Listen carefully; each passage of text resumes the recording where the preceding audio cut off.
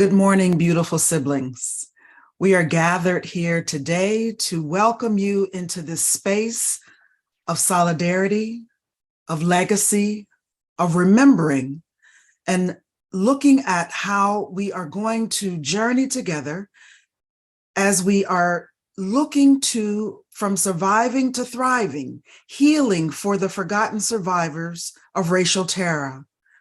And we're commemorating the 60th anniversary of the 16th Street Baptist Church bombing in Birmingham, Alabama, and supporting the surviving sister of that bombing, Sarah Collins Rudolph. This particular day is important because this is the day, September 15th, 1963, when the bombing happened. And we are gathered here not just to remember and to celebrate and to listen to all those who are gathered, but we're here because we are part of a faith community that stands together in solidarity. So welcome.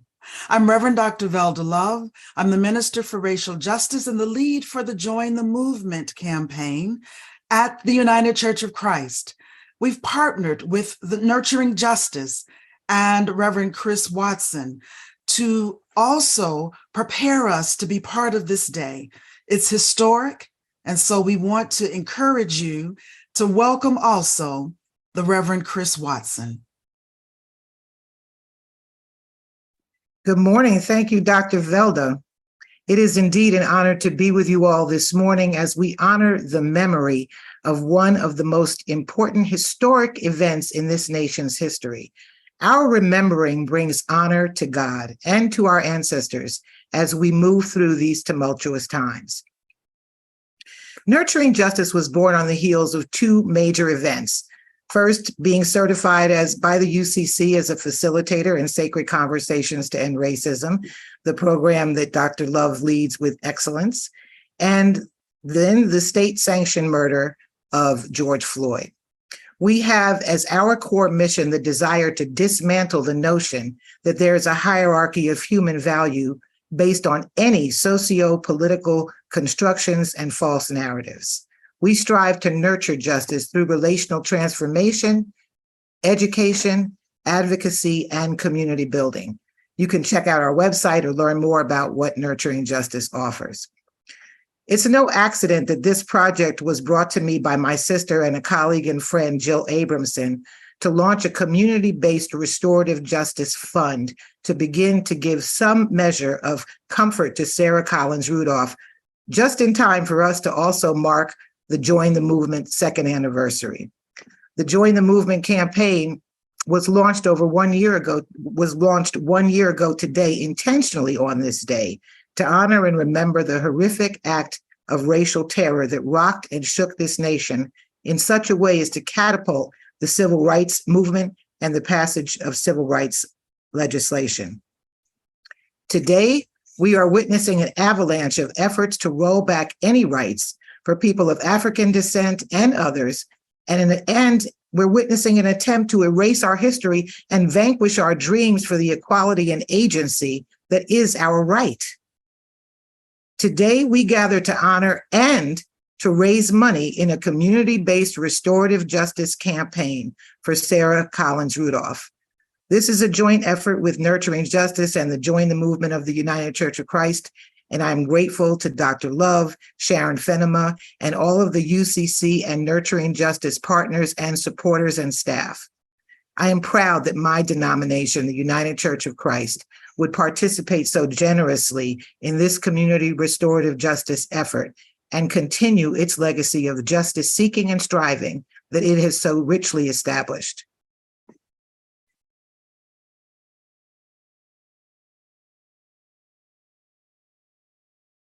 In the movement and nurture justice.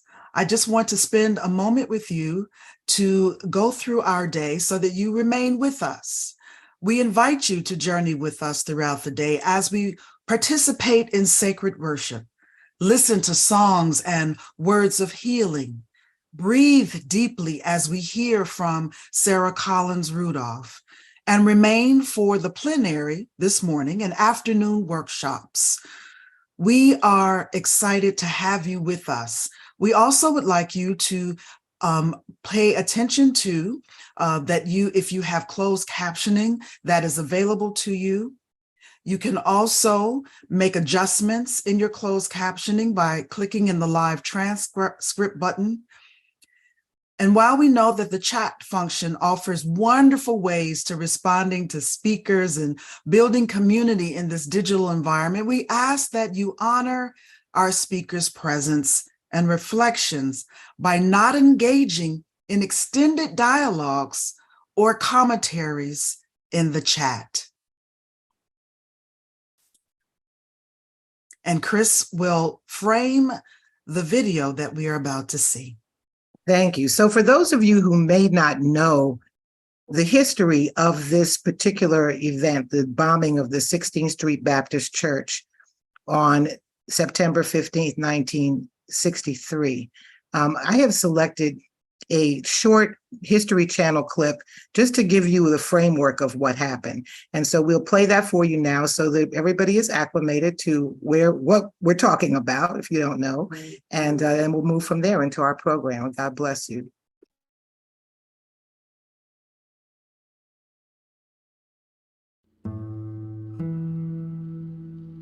It was the oldest Black church in Birmingham, and it was fairly large. And so it made sense that meetings would happen there, which would also make it a target. On Sunday morning, September 15th, it was Youth Day, right after Sunday school. Addie Mae Collins, Carole Robertson, Denise McNair, and Cynthia Wesley are getting ready to go into the choir. I remember Addie, I was closest to Addie. We would go to church picnics. Addie and I just gravitated to each other. Cynthia Wesley was a friend of mine. She was at my school. She was a 9th grader. Just started in September. And I was an 11th grader. I remember Denise back there always smiling, and she was the only child. And I remember Carole Robertson being quiet. She played in the orchestra at her school. Addie Mae's sister Sarah is also in that ladies' lounge. Sarah said the last thing that she remembers is seeing them helping each other tie on sashes, and then it went dark.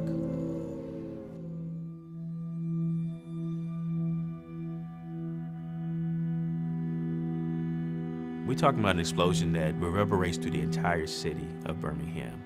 Everybody heard it. I was at South Illerton Baptist Church, and our pastor was shifting kind of nervously across the room and said he had received word that 16th Street Baptist Church had been bombed.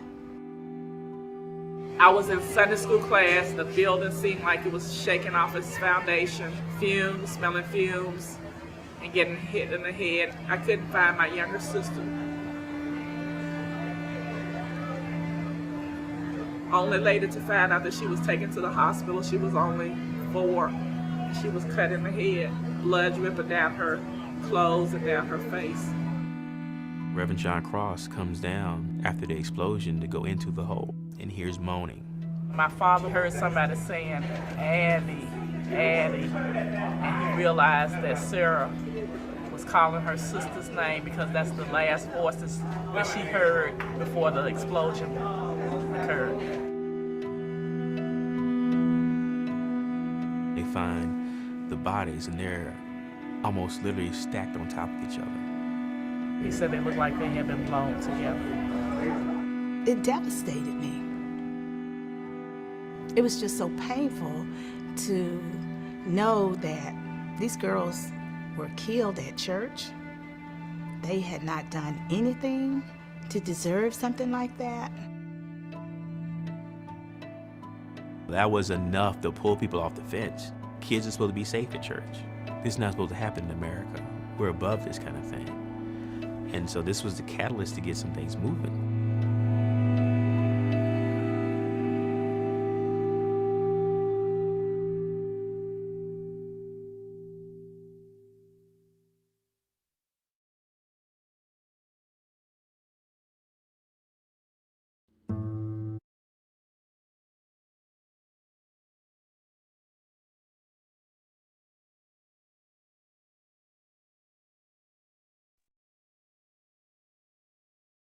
Beloved community, let us now join our hearts, minds, and bodies in worship together as we center ourselves, beginning with this prayer of invocation.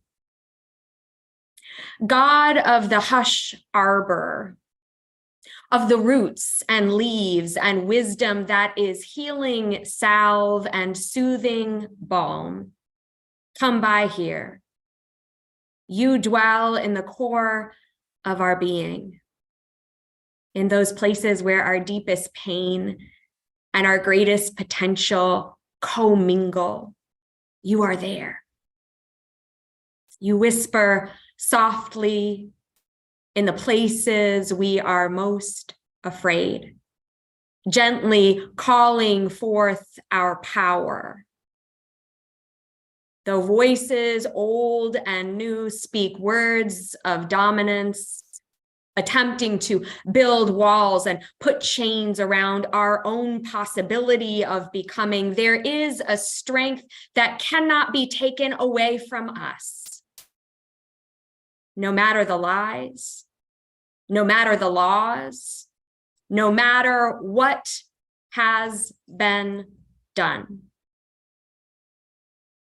From our depths, you rise in us with words of truth begging to be spoken to power, with fierce love, ready to transform, with collective rage that has the potential to set free, with hope that together we can be healers.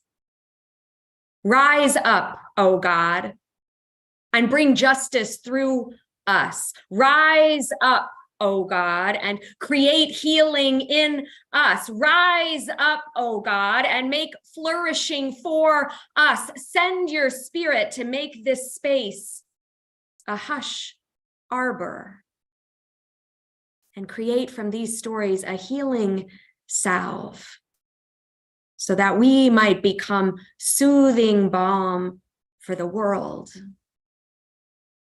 Amen.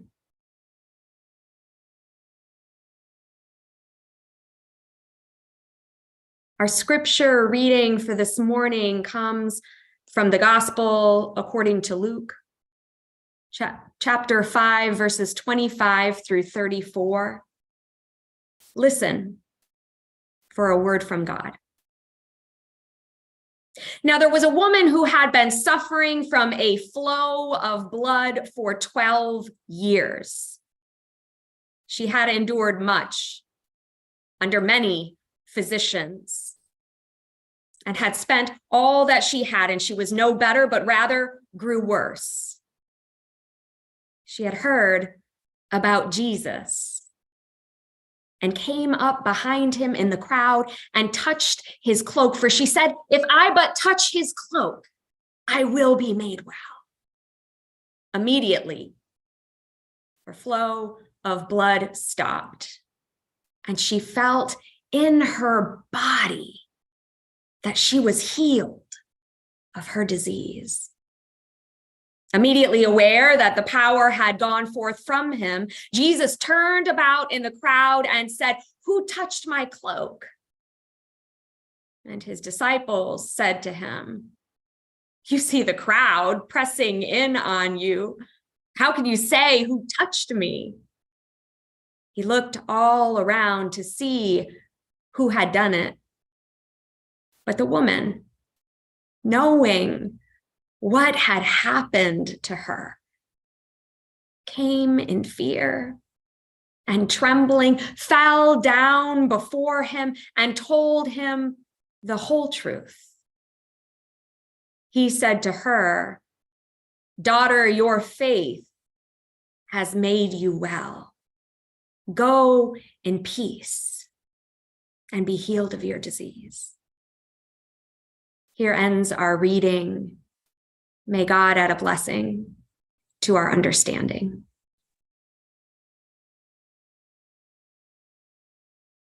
Therapy by Nayyirah Waheed. The hard season will split you through. Do not worry.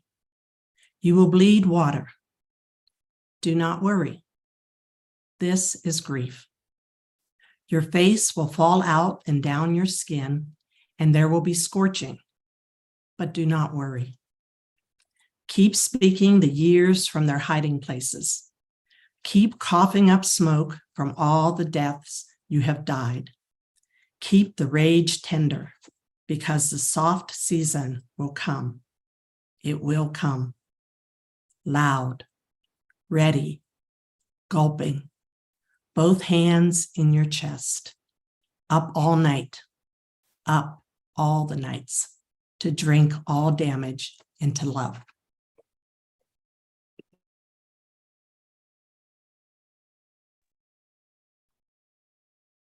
Beloveds, we are going to participate in listening or singing along with Melanie DeMoore's beautiful song of healing intention called Sending You Light. And as you hear this song or sing along with it, I invite you to think about the places in your body or spirit, in your community or in the world that are in need of healing, light, and love. As the words are sung, join your intentions and prayers for healing to those words and imagine the light of love infusing each place in need of healing. So let us be together with this song in the solidarity of prayer. I am sending you light to heal you, to hold you. I am sending you light to hold you in love. I am sending you light to heal you, to hold you. I am sending you light to hold you in love.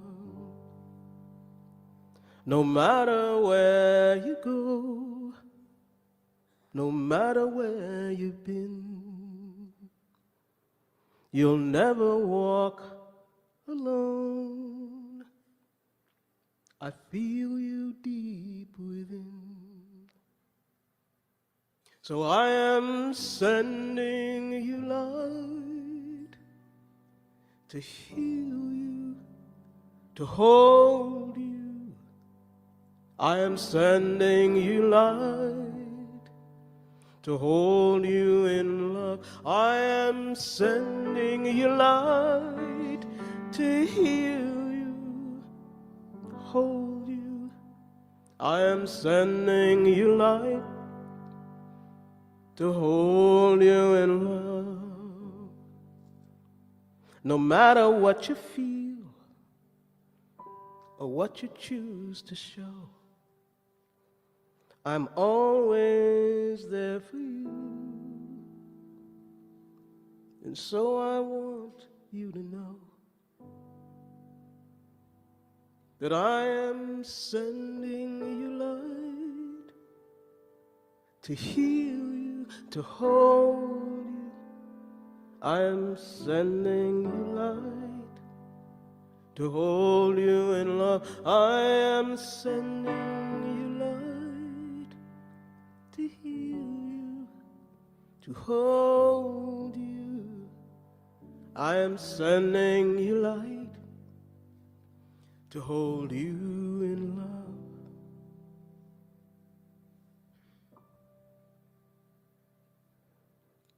I walk the path with you. Go slow, dear one, don't hurry. I'll go just like you need to go. There is no need to worry, 'cause I am sending you light to heal you, to hold you. I am sending you light to hold you in love. I am sending you light to heal you, to hold you. I am sending you light to hold you in love. I am sending you light to heal you, to hold you. I am sending you light to hold you in love.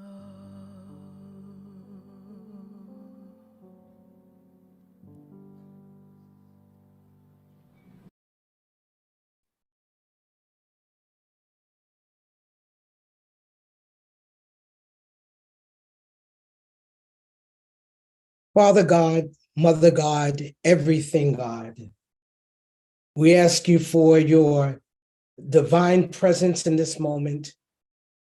We ask that you bless, consecrate this oil that will be used for your glory and your purpose, yours alone. May it be used for the healing of your people. The spiritual practice of anointing continues lineages of healing that know the wisdom of ointments and salves of loving touch and prayer for bringing forth restoration and repair. So today, as we fix our hearts on remembering and mending those who have suffered racial terror, let us draw on these healing lineages and practices for making well our world. I invite you to dip your fingers in some oil or water and place them on your head. Bring healing, O sacred one, to our minds and through our minds to ways of thinking that will wound ourselves and others. Make us sources of this healing in the world.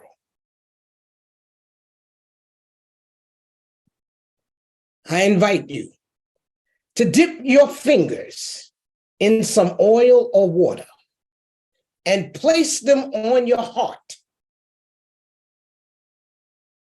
Bring healing, O Holy One, to our hearts and through our hearts, broken by harms done to us and harms done by us.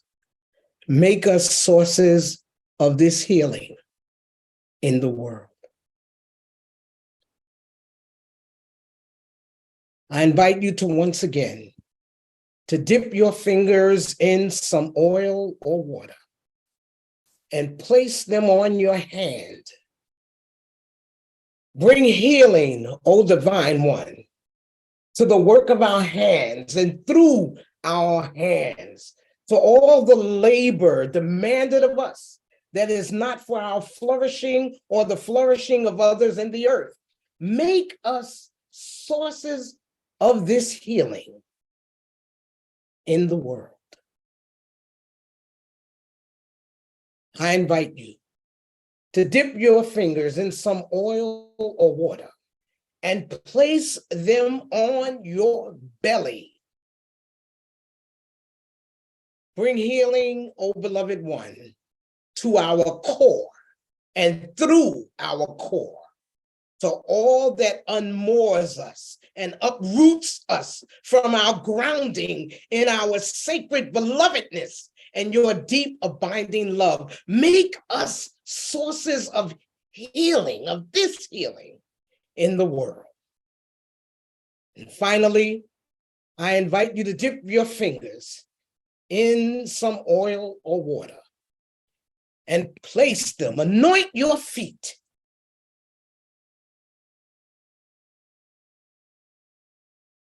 Bring healing, O Blessed One, to each step we take, and through each step we take, to all the paths traveled by weary bodies, longing for freedom, for justice, for loving regard. and make us sources of this healing in the world. Amen.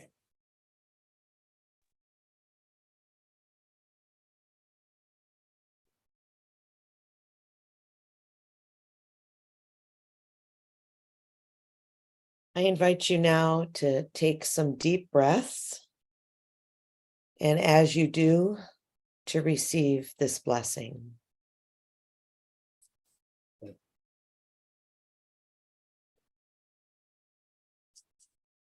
That each ill be released from you,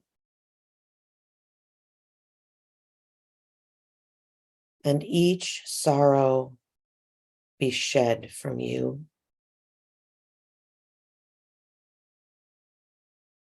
And each pain be made comfort for you. And each wound be made whole in you. The joy will arise in you, and strength will take hold of you.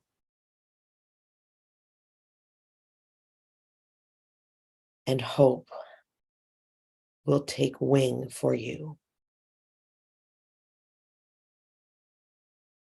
And all will be made well.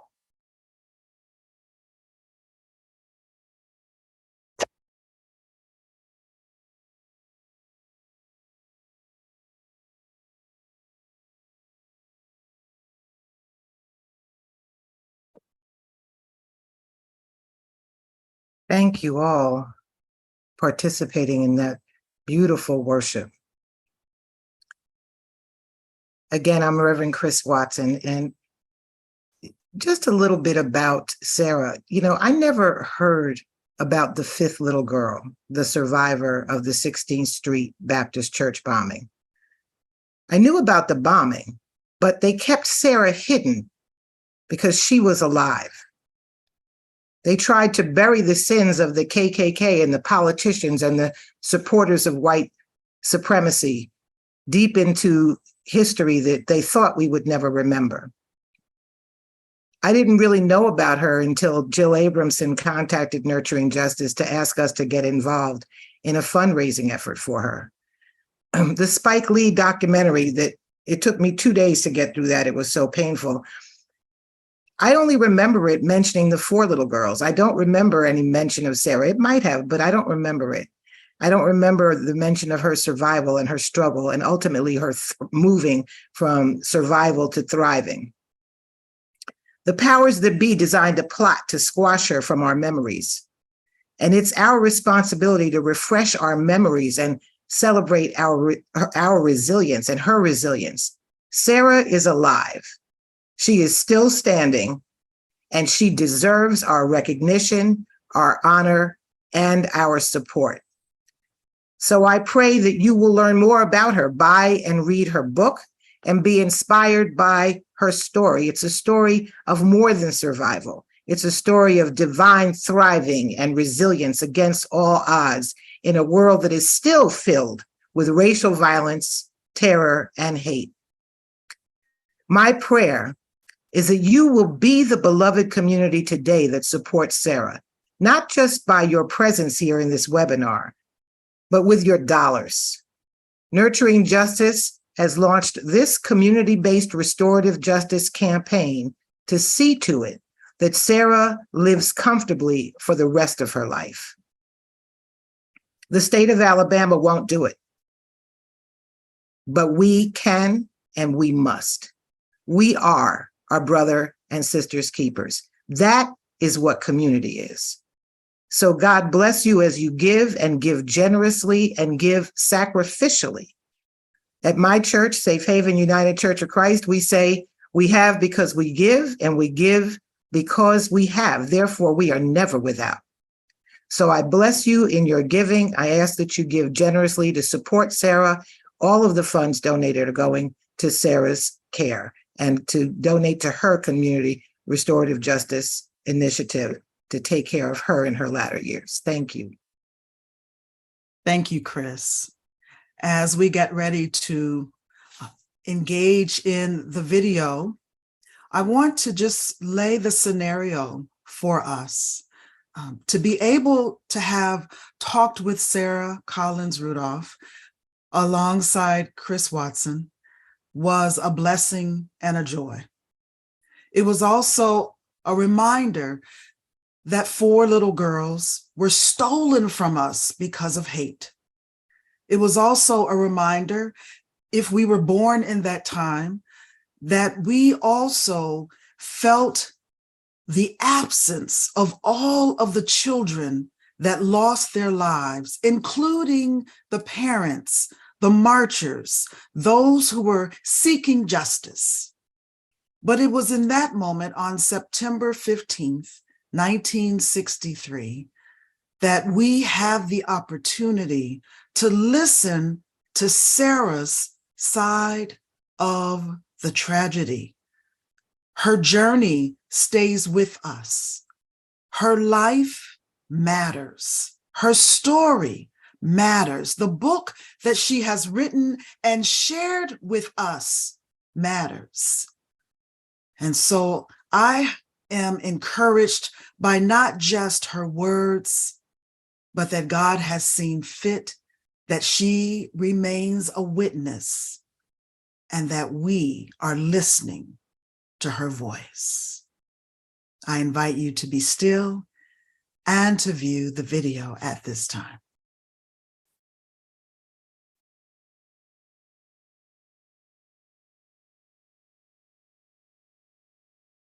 Sarah, we want to just spend some time with you just to hear your voice, to hear the ways in which God has been leading you over these years, these many years.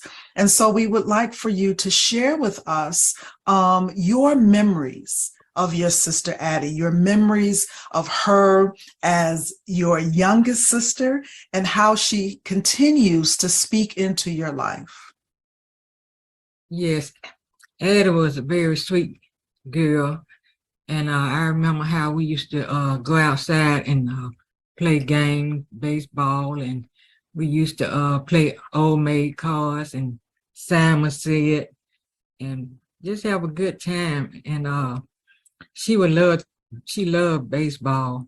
She would go and find a stick. During that time, we didn't have a bat. She would find a stick, and somebody else would get the ball. So we had a lot of kids in our community, and it wasn't hard for her to get a team ready to play. That's awesome and wonderful. And so the way that you speak about your sister Addie, in this moment, as we are continuing to work toward racial justice in this country, in this nation, with all of the craziness that is happening, share with us how she is inspiring you to stay on this journey. Well, she inspired me because during that time we was having a lot of civil rights. We're trying to get our civil rights during that time. She was really killed, and she was the one that really let the civil rights bill being passed, because it was passed, and civil rights bill was passed in 1964. And the thing that was happening here in Birmingham, Alabama, people seeing how we was marching to get our civil rights. And they were very surprised at how the young people was being beaten with billy sticks and putting water hose pressure on the young people, because they did a lot. You know, during the 16th Street Baptist Church was one of the churches that Martin Luther King, he would come and have the mass meeting. And by her and the girls getting killed, I think the people around the world seeing that it was time for a change here in Birmingham, Alabama. Absolutely. Thank you so much for sharing that part of your journey. And because this is really an important story, and it's your story, and we've gathered today to commemorate the ways in which your story and the lives of your sister and the other girls that were killed at the church. We want to make sure that not only do we recognize them, but their contributions are part of our story as African American people. And so would you share with us how you see yourself in your role in the civil rights movement? Well, I see myself as being one of the people that really changed things also, because of the fact that during that time, I would march with Fred Shuttlesworth, after the bombing. I wasn't really able to march at that time because I was very young. But when I got old enough, I remember we would go to Reverend Fred Shuttlesworth's office, and we'll get our posters, and we would walk down the street, and first what we would do, we would pray, and we would walk over to the county courthouse, and we would march, because during that time we wanted our civil rights.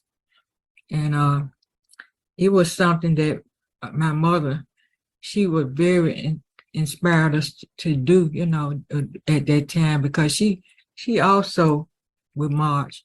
So I know I read your book, and I mean, page after page, it's just a story of incredible resilience, a story of incredible courage and perseverance. I want to talk to you a little bit about how you are still standing. How are you still standing after 60 years? And what are you feeling as we approach this 60th anniversary of the event? What are the kinds of emotions that you're experiencing? How is it impacting your body? And what strategies have you used to be able to be so resilient? For one thing, I try to keep busy. And also, I go to church a lot and stay in the Word. And also, we would still talk to people about, what had happened at 16th Street Baptist Church, because a lot of people didn't know that I was even in the church, simply because of the fact that I wouldn't talk about it. And since I have my book out, I can get out now and tell the people about really what happened, because during that time we was going through a lot of things that Blacks shouldn't have gone through. But I let the young people, when they come here to hear about the story, I let them know then how it was back there, how they wouldn't allow Blacks to sit in the bottom of, downstairs in the theaters.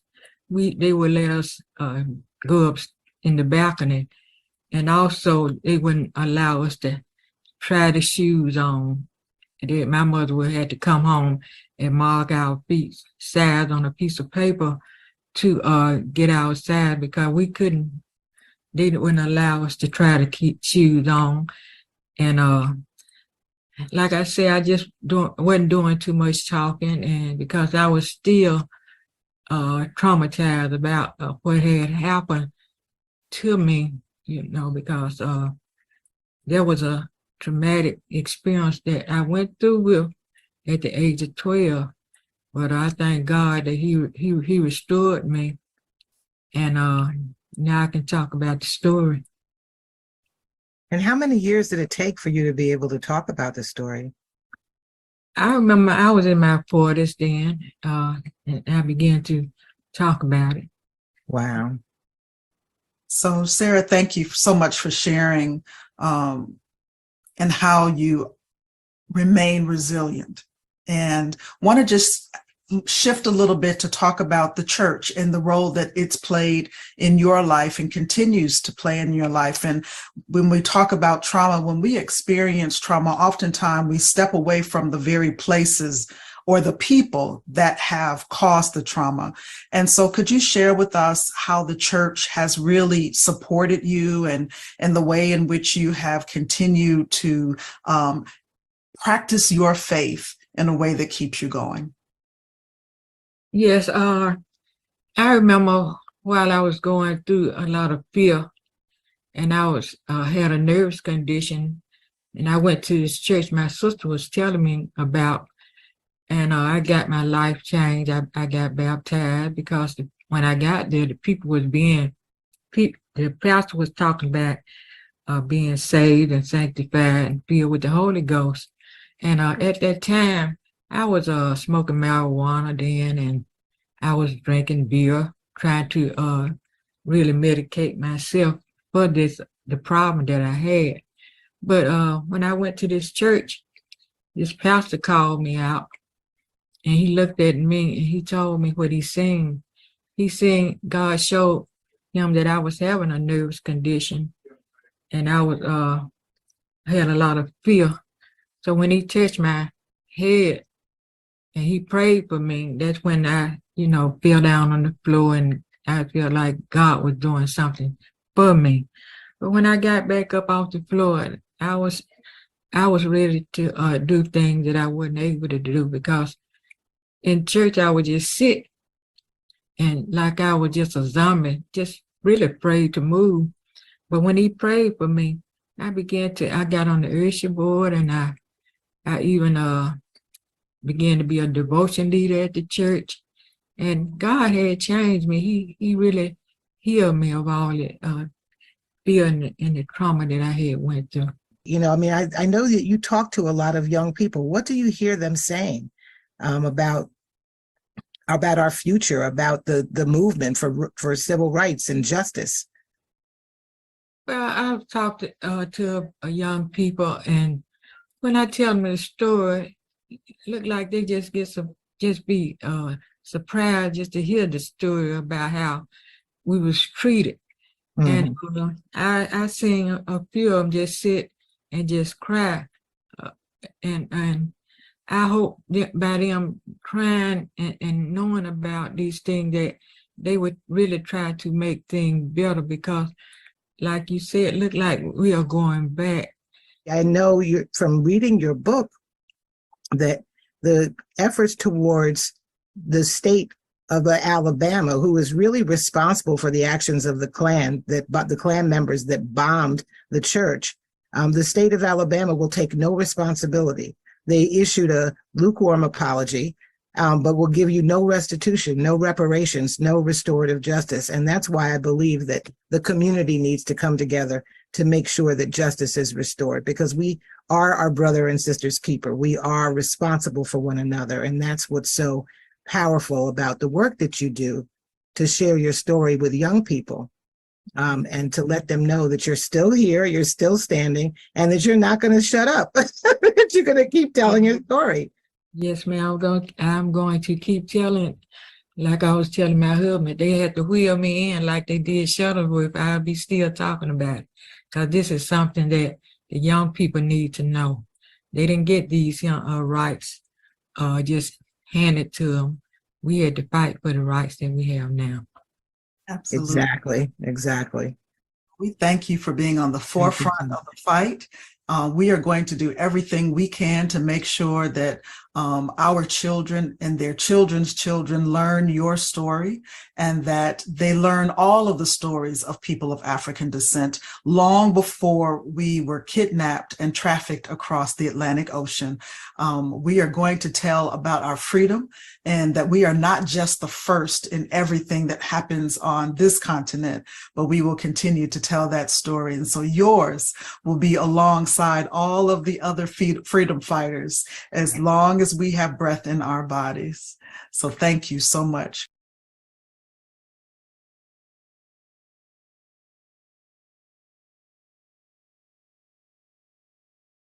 What an amazing experience, and what a passionate response that comes through Sarah, as she is not just surviving, she is in and on the road to thriving. We are moving into our plenary at this time and want to introduce a dynamic, fierce and awesome, amazing pastor, the Reverend Jackie Lewis, the Reverend Dr. Jackie Lewis. If you've not met her, heard her preach, been part of the ministry at Middle Collegiate Church in New York, then you are in for a treat. Reverend Dr. Lewis uses her gifts. She is multi-talented as an author and an activist, a preacher, a public theologian, and she is working toward creating an anti-racist, just society. She is a graduate with her Master's of Divinity from Princeton Theological Seminary. And she is also one of the PhD, earned PhD in psychology and religion from Drew University. But more than that, she is passionate about the work of racial justice. She's not just passionate. When you hear the Reverend Dr. Jackie Lewis speak, you also want to be an activist. You want to use your gifts to encourage others around fierce love. And you also want to engage with her, to listen to her, to hear her preach, because she is truly an anointed woman of the Creator and the Spirit. And so we thank you and welcome you into this space as we move through this session, the Reverend Dr. Jackie Lewis. Chris? And Dr. Love, we also have with us another dynamic human being of God, the Reverend Dr. Willie Dwayne Francois III is the senior pastor of Mount Zion Baptist Church in Pleasantville, New Jersey, and he is president of the Black Church Center for Justice and Equality. He serves as the associate professor of liberation theology at New York Theological Seminary and directs a master's degree program at Sing Sing and Bedford Hills Correctional Facilities.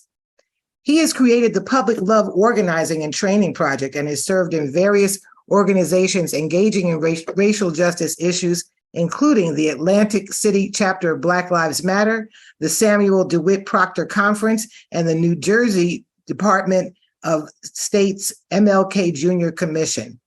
In 2022, Reverend Francois published Silencing White Noise, 6 Practices to Overcome Our Inaction of Race through Brazos Press.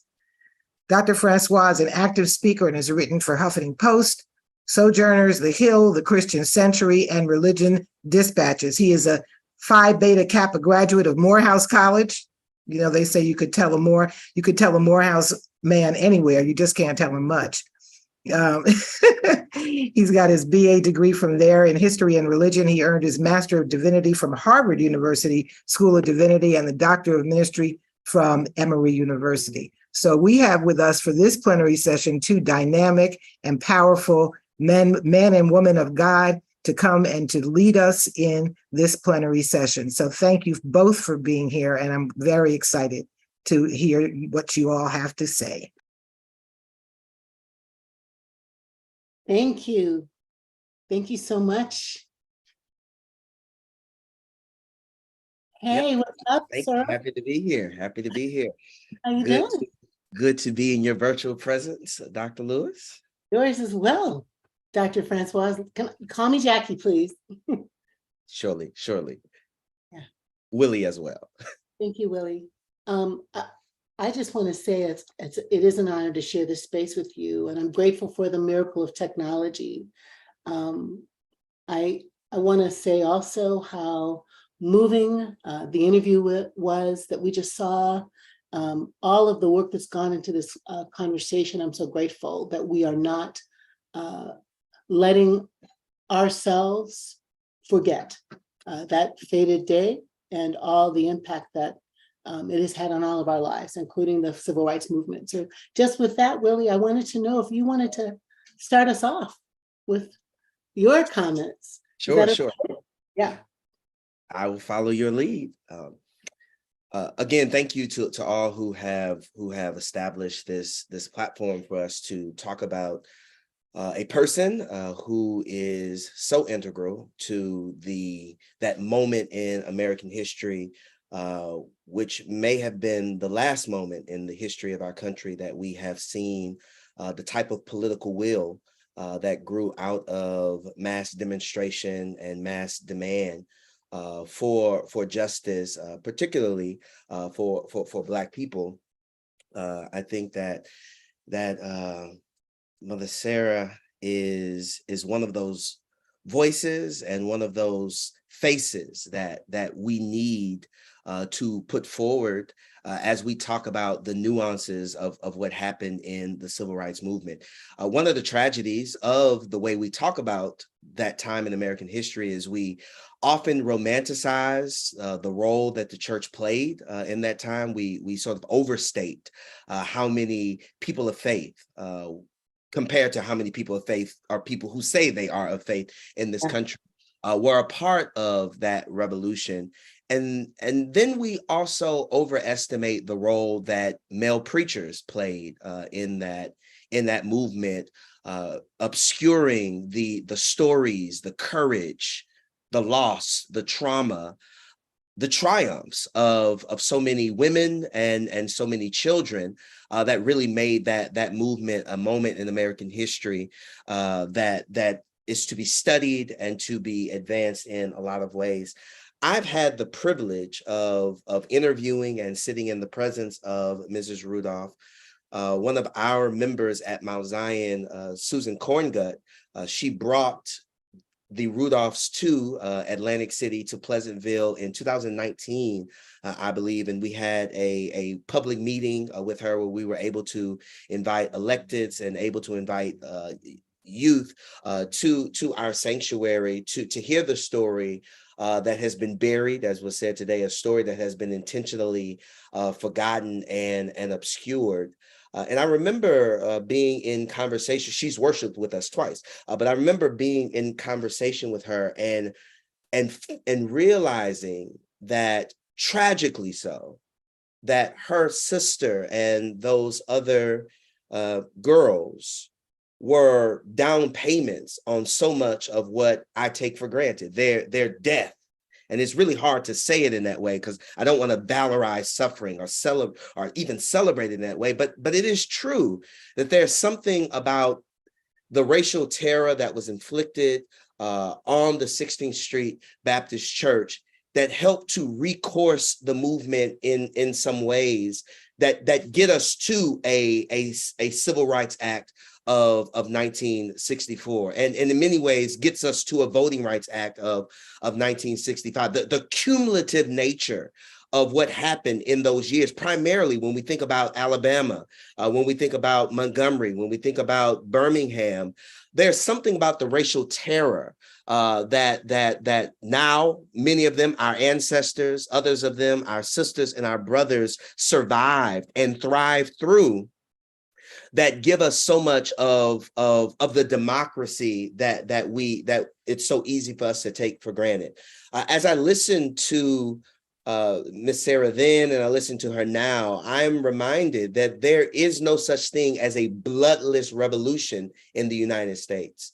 Yes, it was this nonviolent movement that helped to prick the conscience, but that nonviolence wouldn't have been seen or underscored without Black death, without Black blood, without Black violence. And so it is not enough to say the nonviolent movement is what achieved what we take for granted today. No, it was Black blood that fertilizes the soil of our democracy and our communities.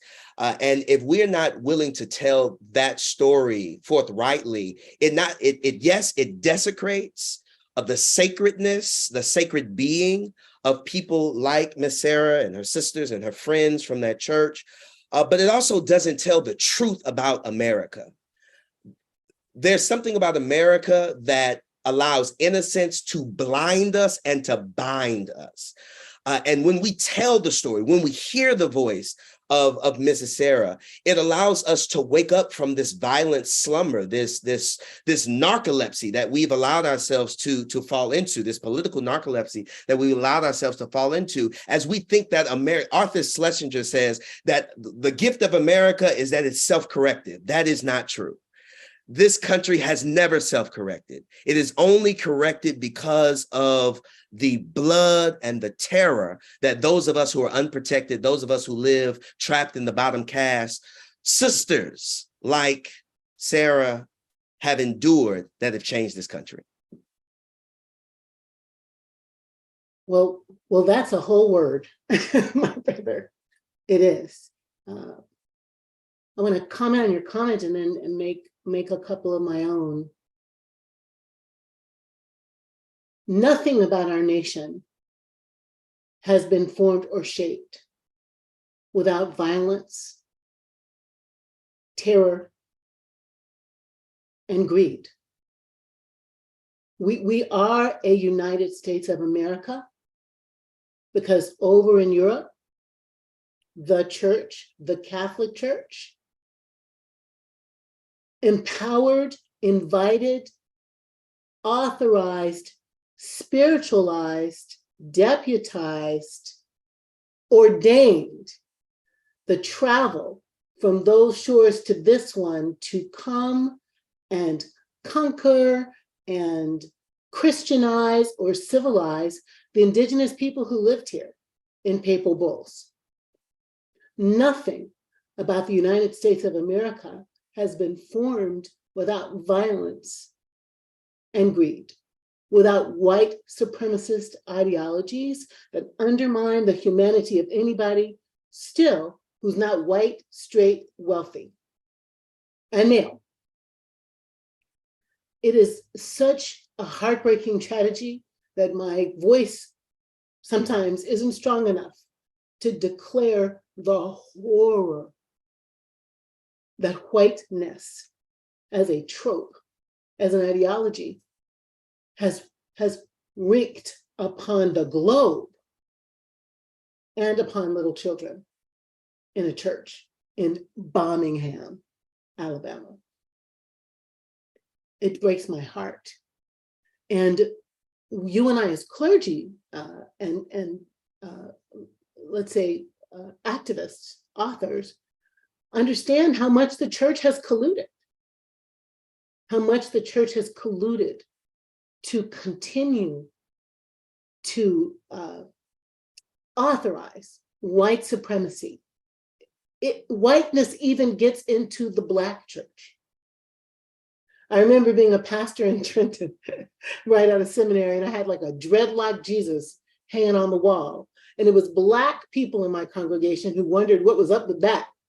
The white Jesus, I'm not saying all of us, but the white Jesus and the trope of whiteness is insidious, a virus like maybe shingles that can live inside us, right, my brother? And then just trap us into our own bigotries and biases and prejudices. Black people who think Black people who aren't achieving, who aren't striving, who are not winning, something wrong with us. So I want to co-sign the blood in the soil of Indigenous and Black people, but also all people of color in this nation, because whiteness is truly our religion.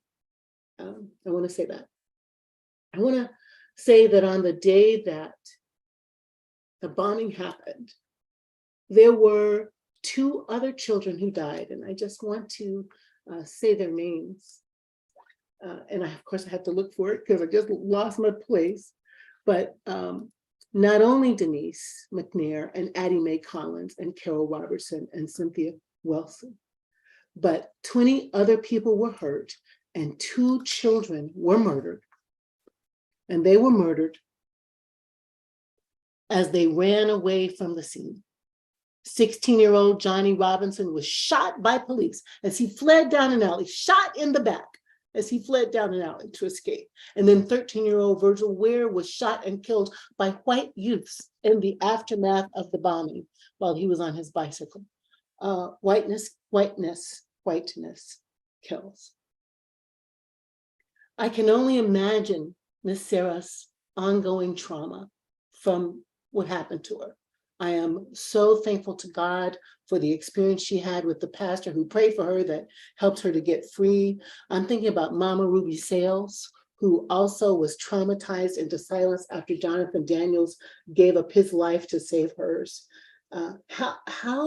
How many ways are Black people, Black women, I'm going to just say, because Miss Sarah is a woman and so am I, but how many different ways is the trauma that racial violence has caused us? It's like it's in the soil, but it's also in our bodies. And it is passed on in our DNA to generations and generations after that.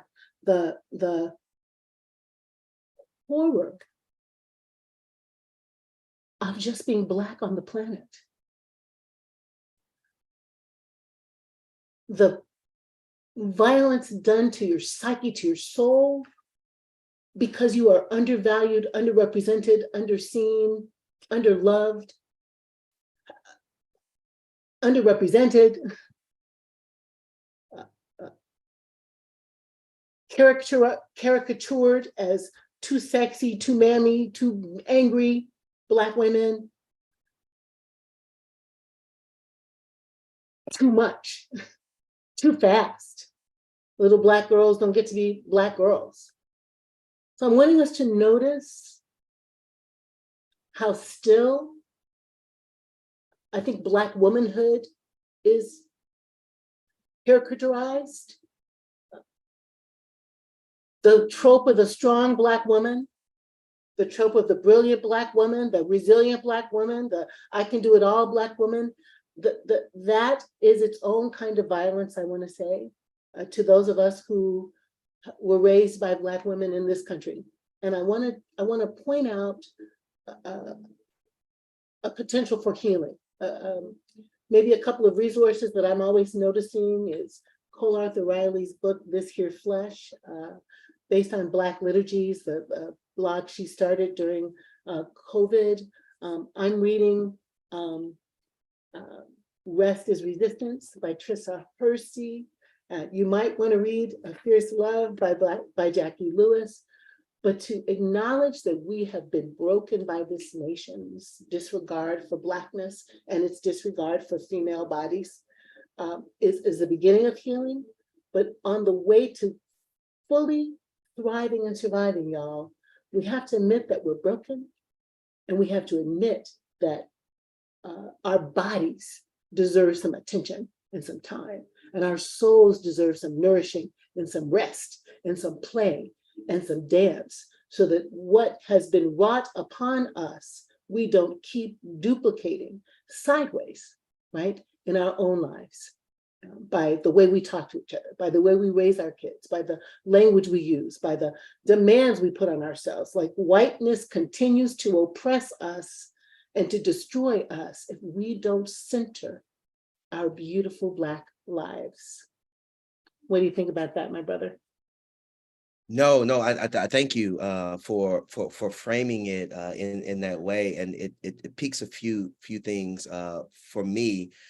One is there has to be a reconceptualization of what we mean by terror and violence, because it's so easy for us to be outraged by a George Floyd who is under the knee of a white police officer on a smoldering street. It's easy to be outraged by a Breonna Taylor being killed while simply sleeping from police stray bullets.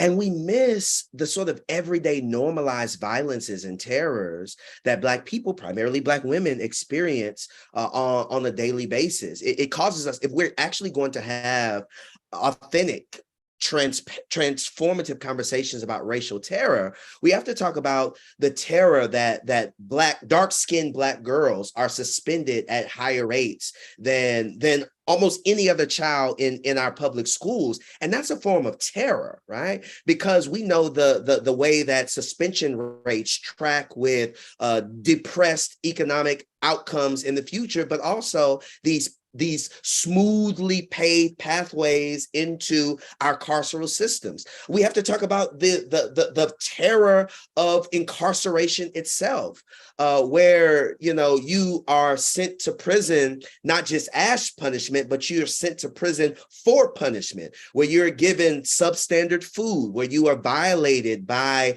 your neighbor and by those who are supposed to protect the place, guards, and the silence and the turning of the other eye of prison administration.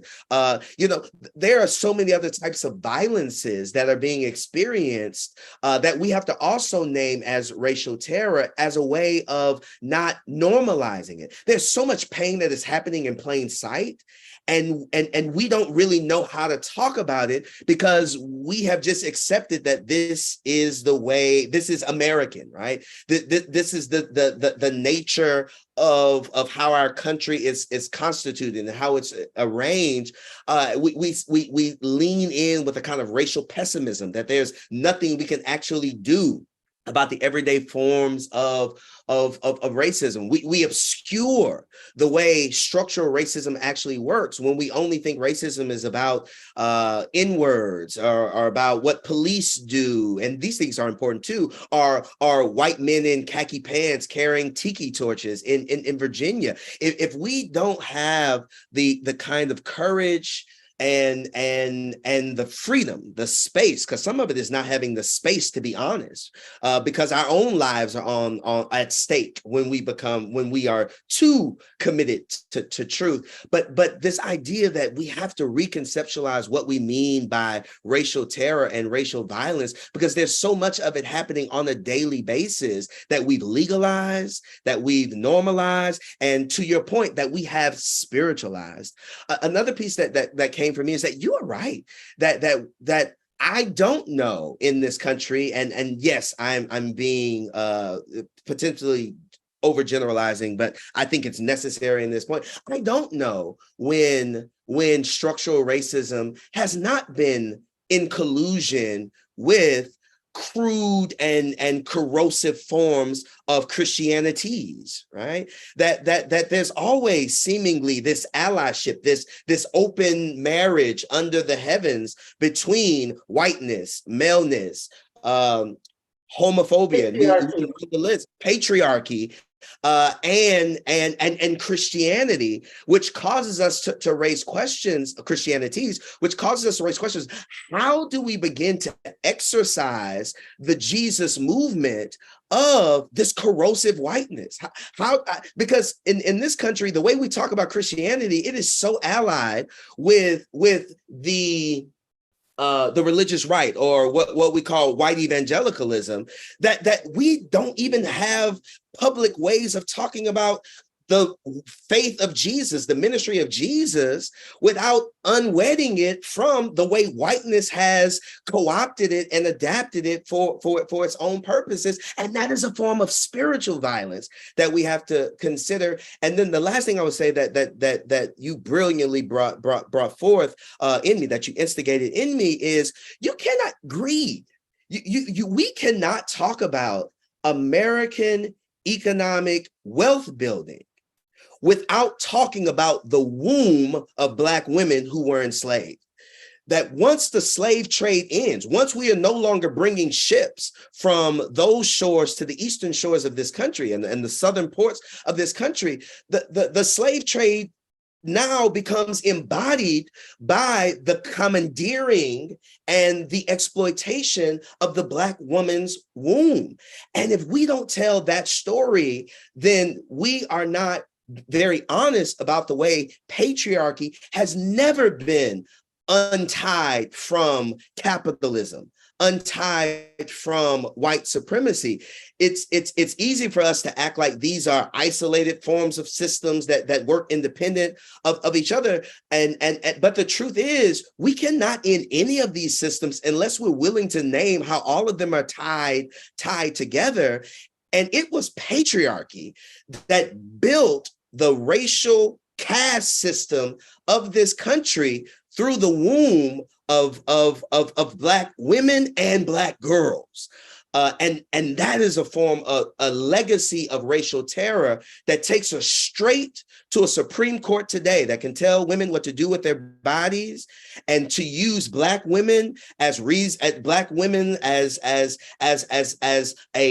way of pushing forward that agenda in terms of how they narrate who they're trying to protect, which we know that that's not true. But to be able to name that legacy and to say that the Supreme Court we have today is possibly just as conservative and just as vicious as the Supreme Court that gave us the Dred Scott decision. Absolutely, that's right. And listen, y'all, because pretty soon they're going to call time on us. But we are talking to mostly a churchy audience this morning, and this will get played again to a mostly churchy audience this morning. And what I want to say is, if we don't get to doing church better, or let me say it better, if we don't claim our power, agency, anointing, and appointment to heal the world to tikkun olam of white, racist, supremacist ideologies that live inside the church, shame on us. There are so many resources to access. Robert P. Jones has a book out called The Roots of White Supremacy.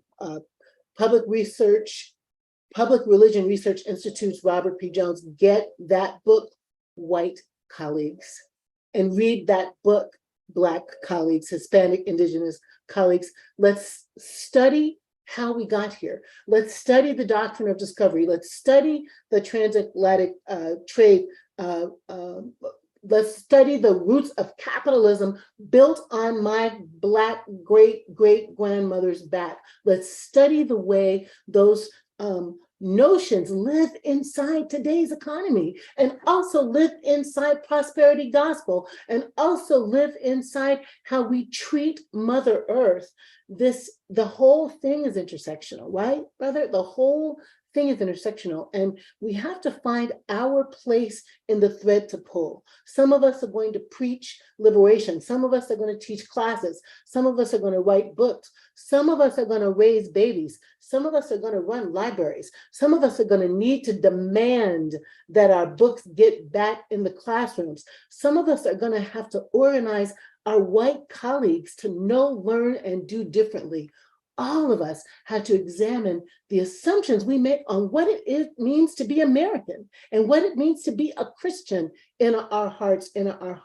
Why don't we ask questions about the way our polity reflects broken trauma? Why don't we examine the way we imagine incarcerated and formerly incarcerated people as though they are less than, as opposed to living in a system that is designed to incarcerate people who look like you and me?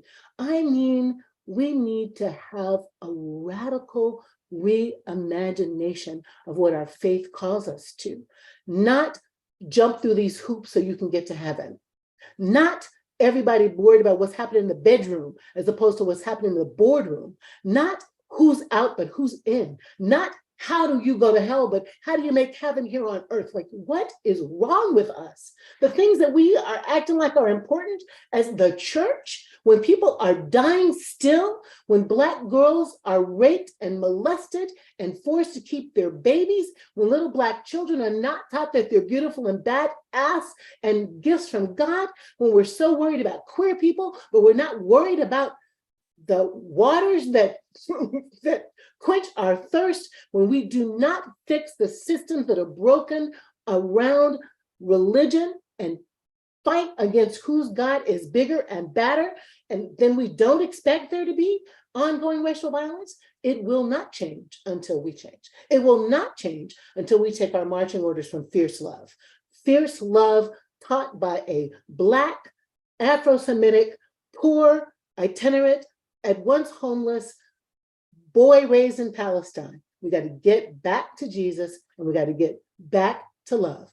So there's no more violence based on race. Thank you. This is absolutely the fierceness in which we see that justice has to move forward. And it has been through the words of Jackie and Francois that we have our marching orders to reimagine, to re-envision, and to change the American narrative. We cannot do this work honestly if we are not addressing the narrative that props up supremacy, capitalism, and grinds us to the ground, because we have also not participated in our own God-given rest. So thank you for sharing your wisdom, for speaking truth to power, for breaking the silence with those who are present. This is not the end of the conversation. This is a continuation of that Harriet Tubman moving us toward liberation and freedom. And it comes in the embodiment. They have left us an embodiment of spirit to write, to teach, to inform, to set free, to go into spaces that absolutely need to hear the voices of those who are still speaking, as in the ways of which we say, God is still speaking, and God has spoken through you this morning. So thank you so much for the ways in which you've blessed us. Keep you in the hands of the one who created you Black and beautiful in all the ways that you do your work. Blessings. Black and beautiful. Amen. Thank you, Dr. Love. Thank you, Dr. Lewis. Thank you, Dr. Francois. We are just so grateful for this conversation, grateful for your just sharing your gifts, your thoughts, your honesty and transparency with us on today. You know, we can't do this work. Number one, we can't do it alone. We have to be in community. And number two, we really do have to learn how from one another how to do it. So what this afternoon is an opportunity to build skill, an opportunity to hear from people who are expert in their various fields, to hear from Aubrey Hendricks and Willie Francois how we can combat white Christian nationalism in the church. And what are the trends? What is happening in the church and in the world that we need to be aware of and try to combat? We need to hear from Dr. Buhuru how we can be attentive to our physical bodies and our spirits with respect to self-care and with respect to recognizing trauma and being able to work with ourselves in order to do that. And then we need to hear from Bishop Dwayne Royster on how we as a community can organize so that we can try to continue to fight for those who are still striving, all of us who are still striving for equality in this land.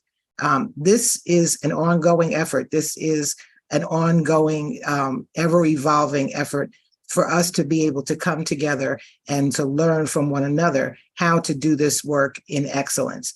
So we invite you to take a break and then come back at 1 o'clock or a little before 1 to engage in some further dialogue and some skill building breakout rooms. And I want to just say this, we heard the interview with Sarah. We heard about the ongoing terror and the impact, not just these bombings and these acts of racial violence that happen on a daily basis, it seems, but what others might describe as subtle terror, the ways in which people of African descent and other people of color are continually terrorized. We've heard about that, and you're just getting a snippet. But, and I want to be clear that money can never make us completely whole. It won't do it, but having said that, what does make us whole is when somebody like Sarah Collins Rudolph sees that a community of like-minded, justice-seeking, loving people of God or not of God, but people come together to try to help her in her latter years to give her the dignity and the care that she needs to survive.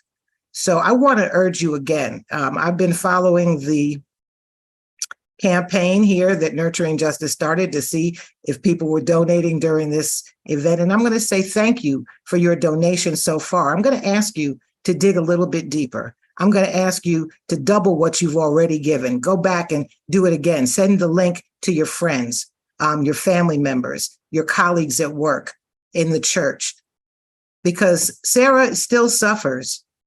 She has ongoing medical expenses that nobody is covering. That has to come out of her pocket.